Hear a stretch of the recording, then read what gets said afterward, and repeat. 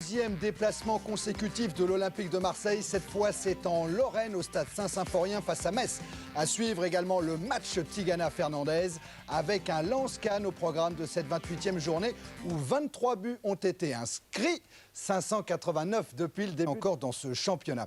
À Montpellier, la dernière défaite a laissé pas mal de traces avec d'abord la blessure de Bertrand Rezeau et puis l'exclusion de Claude Barabé qui permet la première titularisation en première division d'un tout jeune gardien de 23 ans, Jérôme Sicora, qui vient de Pau. Montpellier-Toulouse, Pierre Buet. Barabé suspendu, voilà l'occasion de découvrir le deuxième gardien de Montpellier, Jérôme Sicora, jeune homme de 21 ans venu du Crau-du-Roi en début de saison et qui joue ce soir son premier match en Division 1 en tant que titulaire. Et ce match débute avec une tranquille domination de Montpellier qui obtient un coup franc à 20 mètres des buts pour cette faute sur Hazanovic. On joue depuis 3 minutes. Alyosha Hazanovic justement est le spécialiste maison des coups de pied arrêtés, mais en difficulté Alain Casanova sur cette belle frappe.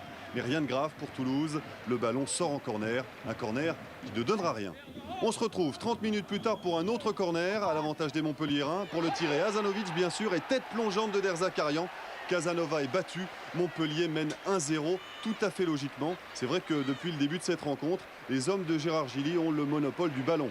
Mais que ce geste de Michel Derzakarian sur ce but est magnifique.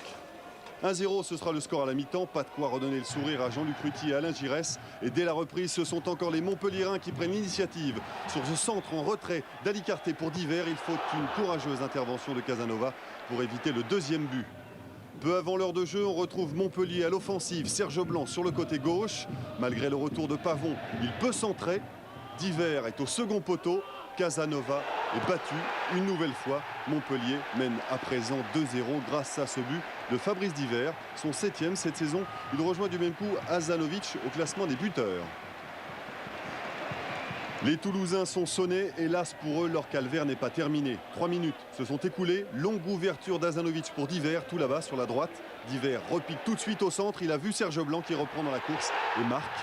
Le pauvre Alain Casanova s'incline à nouveau. 3-0, l'addition est très lourde pour les Toulousains, ce qui ne doit pas nous empêcher d'apprécier, comme il se doit, le bel enchaînement entre Hazanovic, Diver et le buteur Serge Blanc.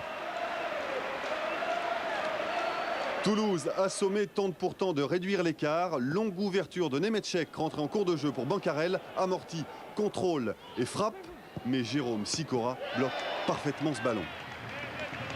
Les efforts des Toulousains seront récompensés dans les dernières secondes de la partie avec à nouveau un échange Nemetchek-Bancarel sur cette belle ouverture. Le Slovaque envoie Anthony Bancarel tromper Sicora. 3-1. Le score ne changera plus. Montpellier a retrouvé son efficacité à domicile face à une équipe toulousaine au mental de perdant, selon les propres termes de Jean-Luc Ruti. Montpellier avait un domicile en n'ayant inscrit que 2 buts lors des dernières rencontres.